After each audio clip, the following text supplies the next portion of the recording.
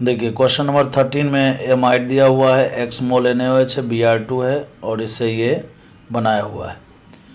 मतलब ये Hofmann bromamide reaction है। हॉफमैन ब्रोमामाइड रिएक्शन में NaOH के कितने मोल यूज में लिए जाते हैं? 4 मोल NaOH के यूज में लिए जाते हैं। ये डायरेक्ट याद रखने वाली बात है, याद रखिए, ठीक है ना। तो बी इसका करेक्ट आंसर होगा। हाँ, 4 मोल ही क्यों होते हैं, इसको समझने के लिए आपको इसका पूरा मैकेनिज्म समझना पड़ेगा, ठीक है ना। क्वेश्चन नंबर 14 है। क्वेश्चन नंबर 14 में या फिर इसका मैकेनिज्म बता देता हूँ। देखिए सबसे पहली बात क्या होता है कि ये नाइट्रोजन NH2 है ना, तो सबसे पहला मोल OH माइनस का पहला मोल एसिड बेस रिएक्शन होता है। ये इसके ऊपर अटैक करके यहाँ से H प्लस को रिमूव कर देता है। जब ये ऐसा करता है तो RCO NH पर माइनस आ जाता है और फिर यहाँ से Br2 पर अटैक होता है। जब Br2 पर अटैक होता है तो यहाँ पर बन जाता है RCO NH Br। समझ में आ रहा है, जो इंटरमीडिएट है इसका। फिर उसके बाद यहाँ से फिर से OH माइनस बेस बन करके आता है। जब ये बेस बन करके आता है तो फिर यहाँ से क्या होता है, माइनस का HBr, मतलब यहाँ से HBr का रिमूवल होता है। जब ये HBr रिमूव होता है यहाँ से तो यहाँ पर नाइट्रीन का फॉर्मेशन हो जाता है। किसका फॉर्मेशन होता है? नाइट्रीन का। ये भी इंटरमीडिएट है इसका, जो कि अनस्टेबल है, जो कि अनस्टेबल प्रोडक्ट है। अब यहाँ पर क्या होता है, ये 1 2 शिफ्ट लगता है और ये पहुँचता है इधर। ऐसा करने से क्या हो जाता है, और यहाँ का लोन पेयर इधर, ठीक है ना। तो RN double bond C double bond O, इनको बोलते हैं अल्काइल साइनेट,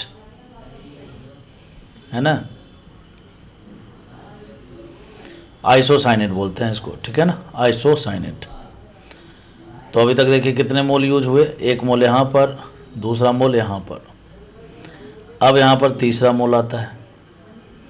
तीसरा मोल NaOH जब आएगा तो यहाँ से इस पर अटैक होगा, इस पर कार्बोनिल कार्बन पर,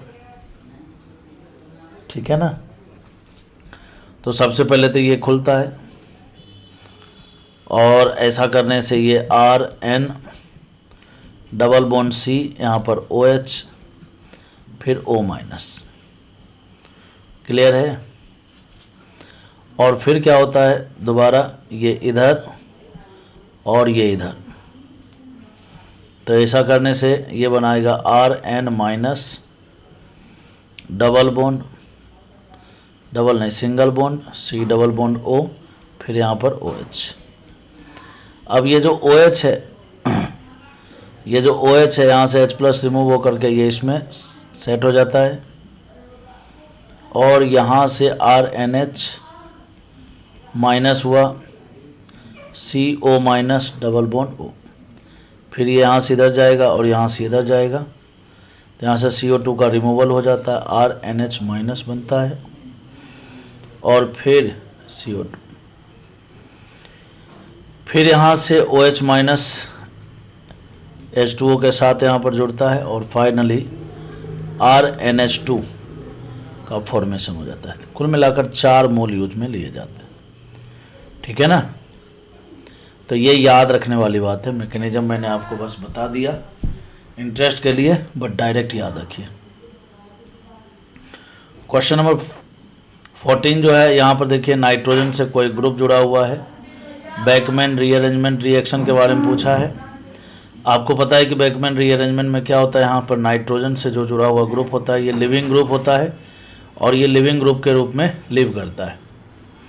तो यहाँ पर 3 लिविंग ग्रुप दिया हुआ है और लिविंग ग्रुप का ऑर्डर आपसे पूछा है। लिविंग ग्रुप कैसे डिसाइड करते हैं, तो stable A9 good leaving group, मतलब लिविंग ग्रुप जो होता है वो डायरेक्टली प्रोपोर्शनल होता है स्टेबिलिटी ऑफ एनाइन की। तो यहाँ पर देखिए सल्फोनेट एनाइन है, ये कार्बोक्सिलेट है और ये भी कार्बोक्सिलेट है। तो यहाँ पर 3 इक्वल RS होगा तो ये सबसे ज़्यादा स्टेबल होगा। 3 इक्वल RS के कारण ये सबसे ज़्यादा स्टेबल होगा। इन दोनों में एनायन की स्टेबिलिटी कौन बढ़ाते हैं? माइनस वाले ग्रुप बढ़ाते हैं, तो ये क्लोरीन यहाँ पर माइनस आई इफेक्ट लगाएगा। तो दोनों एक ही जैसा है लेकिन यहाँ पर माइनस आई है ग्रुप लगा हुआ, इसलिए ये एनायन ज़्यादा स्टेबल है। तो एनायन की स्टेबिलिटी का ऑर्डर हो जाएगा 3 2 1 हो जाएगा। तो लिविंग ग्रुप का ऑर्डर भी यही होगा। तो उस हिसाब से इसका करेक्ट आंसर सी हो जाएगा। Question number 15। क्वेश्चन नंबर 15 में देखिए यहाँ पर कहता है व्हेन प्राइमरी, है ना, when primary amine react with chloroform in ethanolic KOH, तो क्या बनता है? तो ऑब्वियस ही बात है RNH2 का, है ना, KOH के साथ रिएक्शन करवाएंगे तो क्या बन जाता है बताइए? क्लोरोफॉर्म के साथ लेने पर तो ये बन जाता है आपके RNC, आइसोसाइनेट, आइसोसाइनाइड टेस्ट या कार्बाइल एमीन रिएक्शन भी बोलते हैं इसको। इसका भी मैकेनिज्म बहुत इंपॉर्टेंट है, हमें पता होना चाहिए। CHCl3 जब KOH के साथ रिएक्शन करता है तो यहाँ पर एलिमिनेशन रिएक्शन होता है, अल्फा एलिमिनेशन, HCl का रिमूवल होता है और डाइक्लोरोकार्बिन बन जाता है। अब क्या होता है कि RNH2 एक न्यूक्लियोफाइल है और यहाँ पर CCl2 पर अटैक हो जाता है। जैसे इसके ऊपर अटैक करता है तो यहाँ से RNH, है ना, 2 पर प्लस आएगा और CCl2 पर माइनस आएगा। अब यहाँ से H+ हटा दीजिए और H+ इसमें जोड़ दीजिए, तो फाइनली क्या बनेगा बताइए? RNH, फिर यहाँ पर CHCl2।